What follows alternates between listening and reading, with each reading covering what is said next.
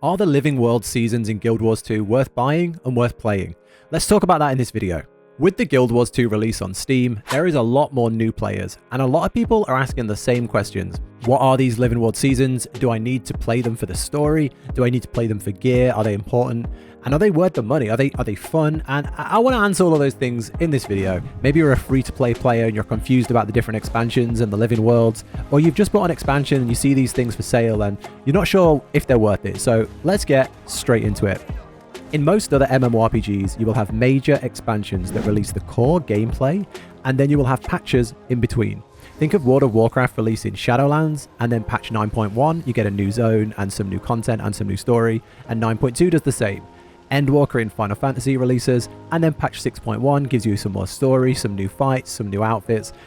Guild Wars 2 is just the same, except they're called Living World Seasons, and they're not free. They're not patched in free, and that's because this is it's a free game. It's a non-subscription game, and you pay for the content that you want to play. You pay for the expansions and you pay for the patches, basically. And there's a lot more to them than just calling them patches, so I want to get into it in a little more detail. So let's talk about what's in these Living World patches. They tell the story between each expansion. That's a big one. So Season 1 being the fallout after the base game, and then Season 2 introducing and leading into Heart of Thorns, Season 3 building up to the next expansion, Path of Fire, and so on. So what are in these seasons? What exactly are you buying in these Living World seasons? Each season acts a little differently, but generally I'm going to generalize the content you get in each one. New story, bridging the gap between the two expansions. This is the main one, this is the big one. It's a big branching story that will take you from one expansion into the next one. New map zones with unique features and content, and a unique currency for that map that has its own store with ascended gear, crafting gear, pets, and lots of other cool cosmetic items. So let's break each of these down to talk about if it's worth it. First up, the story. I know some people just play Guild Wars for its open world content, its gameplay, and pretty much skim past all the story. But there's genuinely a really good story here if you invest the time into the characters, and the Living Worlds add a ton of depth, story, and lore. Season 2, for example, brings in a lot of the main characters for the first time if you haven't played Season 1 when it came out, and introduces you to the big villain of Heart of Thorns. You pretty much play up to the point of the trailer, and you can fully relate to everything when you see the trailer because you've played all the way up to the trailer. You've played all of the stuff that's happened up to what you're then seeing. Whereas if you just finish the base game and jump into Heart of Thorns, you might not quite understand who the villain is, where he's come from, and some of the characters that appear in it. Again, Season 3, it picks up the pieces of the end of Heart of Thorns and gives you a slow burn, finalizing the story. And then towards the end of Season 3, it picks back up with some really good storytelling and leading you into Path of Fire. And I really think you're missing out if you don't have that gap. The story's there, the story will hold your hand and pick you back up, but you are missing some really good storytelling in between. I don't want to include spoilers in here, but if you care about story alone, the seasons are a must. If you really want to get fully into the story, there's some amazing story in these seasons. Next up, the zones. Living Worlds give you huge zones to explore. You get some with Season 2, and then in Season 3 onwards, you pretty much get a new zone per episode, which is crazy value for money. I'll say, although you get less zones in Season 2, they are really, really good. And these new areas come as a big piece of the map, with their own quests, lore, events, and huge multiplayer meta events that are repeatable for currency and other rewards. Looking at Season 2, you roam around a huge desert. There are unique abilities that let you leap and teleport around the map that are just unique to that map and that season. The map event uncovers chests where you break them open for currency, and that kind of continues into the other zones. That kind of is something you do in every zone.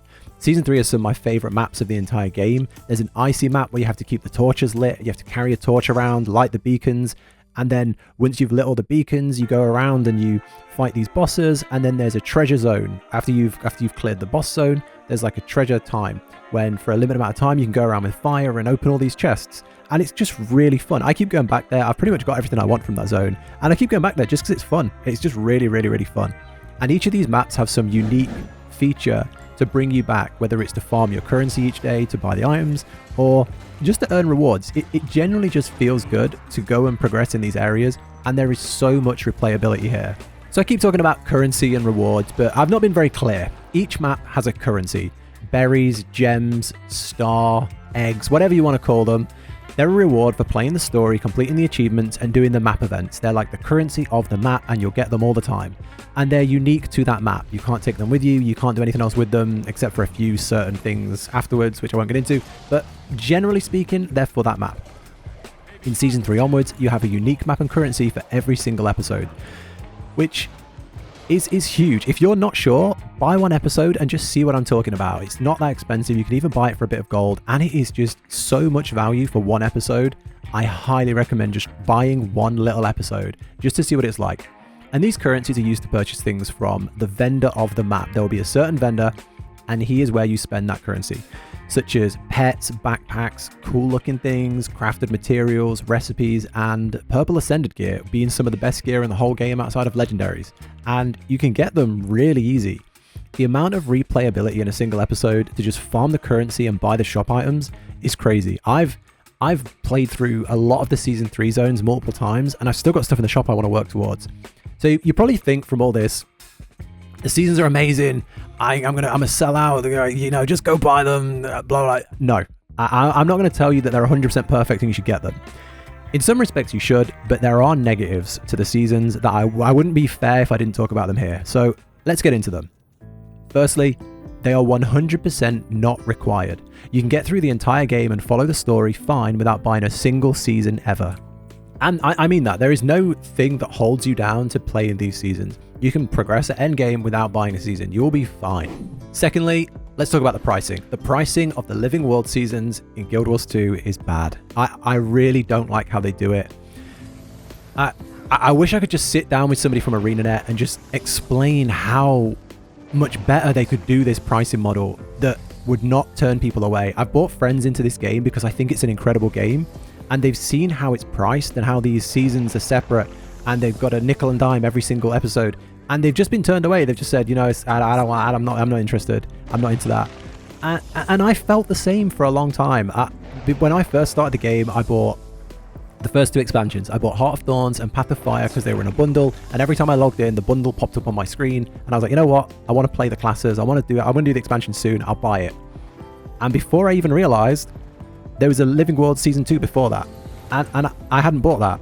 And I felt a little cheated that I'd bought two expansions and I haven't even bought the first season, and now I have to buy the season. It's like sunk cost fallacy. I've already spent money, so I kind of have to spend this now because it's in between. And I felt a bit cheated out of it. I really didn't like how that was priced. It's bizarre to me that, for example, the second season is literally the pre-build up to the first expansion, but you buy the first expansion and don't get the build up. It feels really, really weird. And then again, you buy the first expansion and the second expansion, and you don't get the bit in between that ties one off and builds the other up. I find it so strange. Put an extra £5 on the price of the expansion and include it. I just think if you're gonna make such good content, just make it more widely available and not so weirdly priced. There's a mega bundle on Steam where you can buy the seasons and the expansions together, and then you can also buy the seasons with gold. But most new players aren't sitting on enough gold to buy their way through as they play, and most new players aren't going to want to spend, you know, £90, $100 to get this complete edition before they've even tried a single episode. So I totally understand if the price of Living World and how they sell it puts you off, because it does to me too. I think this was one of the things I wish they got sorted before the Steam release. But hey, I don't make the rules. Maybe some people love this model. I really don't. I think it's great that once you buy it, you own it for good, and you can go back and do that forever with no sub. That's great. And I don't think it's overpriced. I think it's very well priced. I think you get amazing value for money, and I would probably say they could be worth more. Sell them as expansions maybe, I don't know. But I don't think this is a good way to sell them outside of the expansions. Next up, it slows you down. These seasons are huge, and I mean they're big. Your glider's locked behind Heart of Thorns, and most of the mounts are locked behind Path of Fire. And then the raids goes with a story, and you're not getting to endgame fast if you're buying the seasons. If, like me, you're going to spend hundreds of hours in the seasons, it'll take you forever to get to the end. I know some people just want to bust through the game and the story and get right in there and then go back and do the seasons. So if you're looking to power through and you're an endgame boy, these seasons aren't for you. They really aren't. I really don't think they are. They're going to slow you down a lot. So given all this, should you buy the Living World seasons in Guild Wars 2? My opinion, they are 100% worth every penny. In terms of replayability, content, story, rewards, they're incredibly fun, they're a great way to bridge the gap between expansions, and they give you more game to play, a great game, and more of it to play. Ultimately, it depends what you want from the game. If you want to be immersed in the world of Guild Wars, you want to play the game, the seasons, the story, they're incredible. It's more of the game you love. And I'll honestly say some of the season content is on par, if not better, with expansion content. So if you're going to buy the expansions, try not to think of the seasons as some weird little add-on cost. Try and think of them as just more content, similar to the content you're getting in an expansion, if not, sometimes better. Again, if you want to just bust to endgame as fast as possible, or you want to do it as cheaply as possible, and then once you're at endgame start making that gold, you can earn a lot of gold in the dailies, you can go back and buy them with gold. Then maybe give seasons a big miss. They cost quite a bit of money in-game, and they're going to slow you down massively. So I think it really depends on the person. If money and time aren't an issue, I'd 100% give these the time of day. They have surprised me to no end. If you're on the fence, just buy an episode. That is my biggest recommendation from this. If you're still not sure, buy one episode. I recommend something in Season 3 or Season 4. Once you play through one episode, I think you'll be sold on it. I haven't met many people who play a season and go, this really wasn't worth the money. I really think you're going to enjoy it.